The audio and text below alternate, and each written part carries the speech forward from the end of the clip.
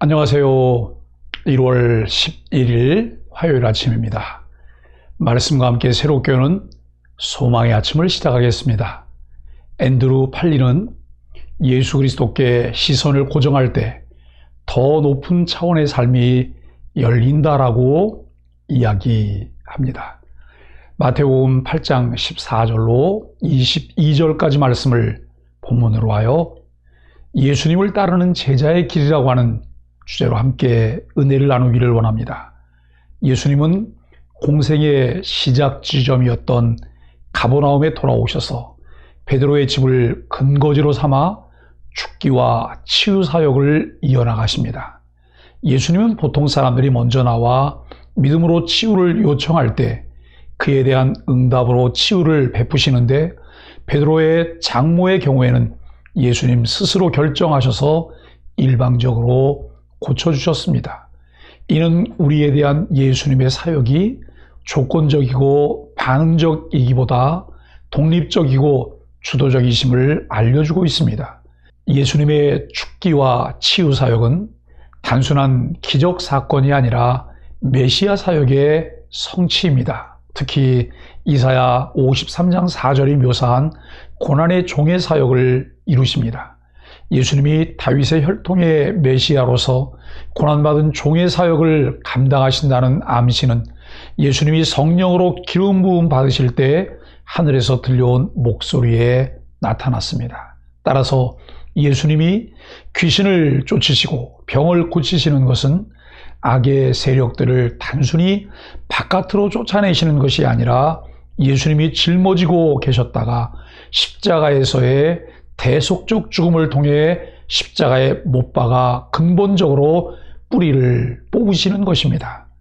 따라서 예수님이 고난받는 종으로서 행하시는 죽기와 치유 사역은 대속적인 죽음을 통해 완성이 됩니다.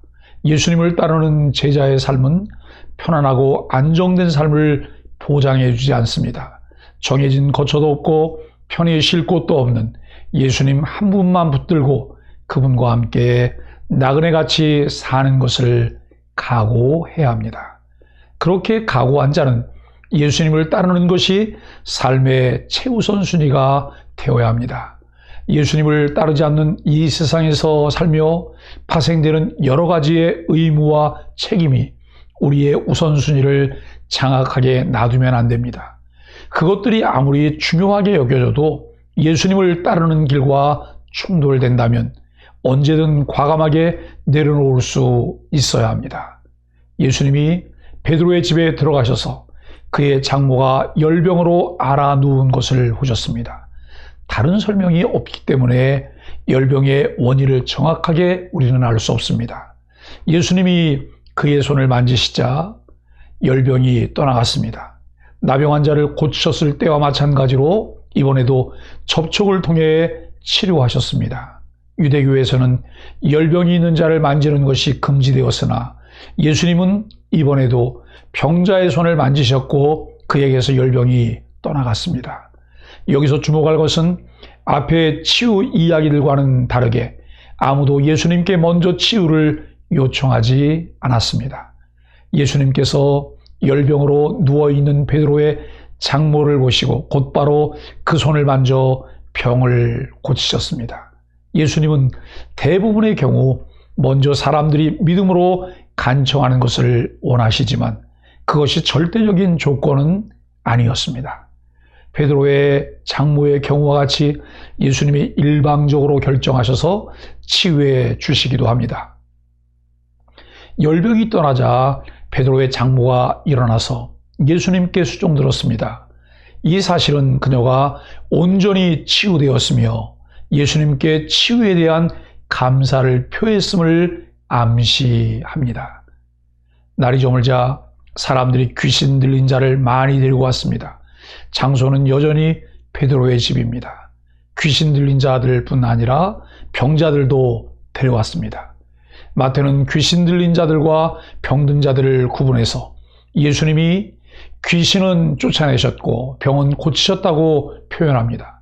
물론 어떤 경우는 귀신이 병을 일으키는 원인이 되기도 하지만 보통 둘 사이를 구분합니다.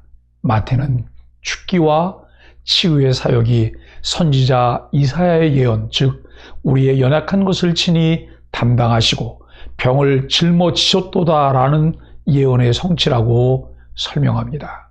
예수님의 죽기 사역은 우리의 연약한 것을 틈타 우리를 억압하는 귀신의 세력을 물리치신 것이고, 예수님의 치유 사역은 우리가 짊어지고 있던 병을 가져가 주신 것입니다. 더 놀라운 것은 예수님이 귀신과 병을 바깥으로 쫓아내시지 않으시고 예수님이 직접 짊어지셨다는 사실입니다. 우리의 연약한 것을 친히 담당하시고 우리의 병을 짊어지셨습니다.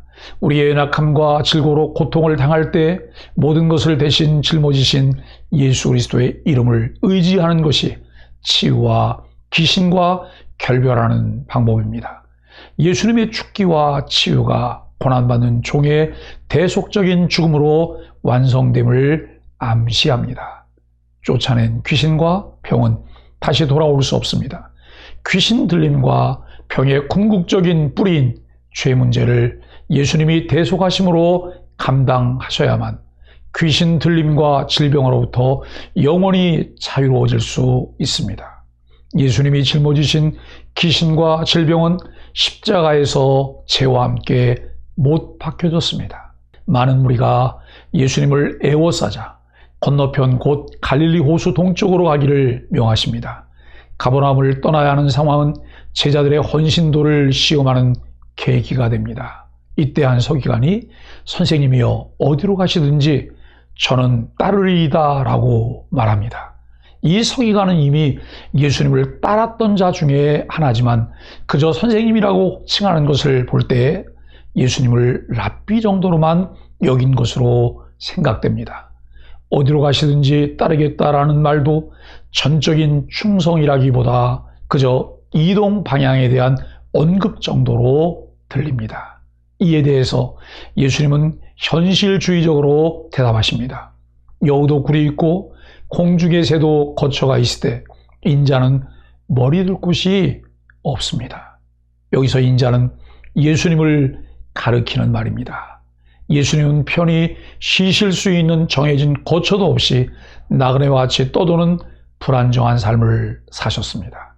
예수님을 따른다는 것은 예수님 한 분만 믿고 평생 불안정한 삶을 살 각오도 하고 따라야 한다는 의미의 말씀입니다. 서기관에 이어 제자 중 또 한 사람이 이렇게 요청합니다. 주여 내가 먼저 가서 내 아버지를 장사하게 허락하옵소서. 이 사람은 가족에 대한 책임과 의무를 우선순위에 두고 있습니다. 먼저 아버지를 장사하는 의무를 수행한 다음에 예수님을 따르겠다는 말입니다. 어부였던 베드로, 안드레, 야고보, 요한이 예수님의 부르심을 듣고 가업 계승의 의무와 부모 부양의 의무까지도 내려놓고 즉시 예수님을 따른 것과 대비됩니다. 이에 대한 예수님의 대답은 노골적이고 직선적입니다. 죽은 자들이 그들의 죽은 자들을 장사하게 하고 너는 나를 따르라. 예수님을 따르지 않기로 결정한 자들은 이미 생명을 거부하고 죽음을 선택한 자들입니다. 그렇기 때문에 이미 영적으로 죽은 자들입니다. 영적으로 죽은 자들이 육적으로 죽은 아버지를 장사하게 하면 된다는 말씀입니다. 지금 예수님께서는 최우선 순위로 여겨야 하는 것은 생명의 길인 예수님을 따르는 것이라고 말씀합니다. 주님을 따르는 것보다 자신의 일을 최우선으로 여기고 있는 제자들에게 예수님이 하신 말씀입니다. 예수님을 따르는 무리가 아닌 제자로서 긴급한 하나님 나라의 사명을 깨닫고 어떤 자세를 취해야 할까요? 사랑하는 소망의 가족 여러분, 너는 나를 따르라는 이 세 마디에 우리는 어떤 생각을 가질 수 있을까요? 마치 국가가 너는 입대하라고 입영 통지를 보내왔을 때, 하나님께서 교회를 통해 우리에게 무엇을 하라고 명했을 때 나는 무리로서 방관할 것인지 아니면 제자로서 보다 분명한 태도를 취할 것인지를 결정해야 합니다. 예수님을 따르는 것은 무엇보다 우선순위에 두어야 합니다. 예수님을 따르기 위해서 우리가 지금까지 누렸던 기득권을 포기하고 예수님을 모든 것보다 우선순위에 놓아야 합니다.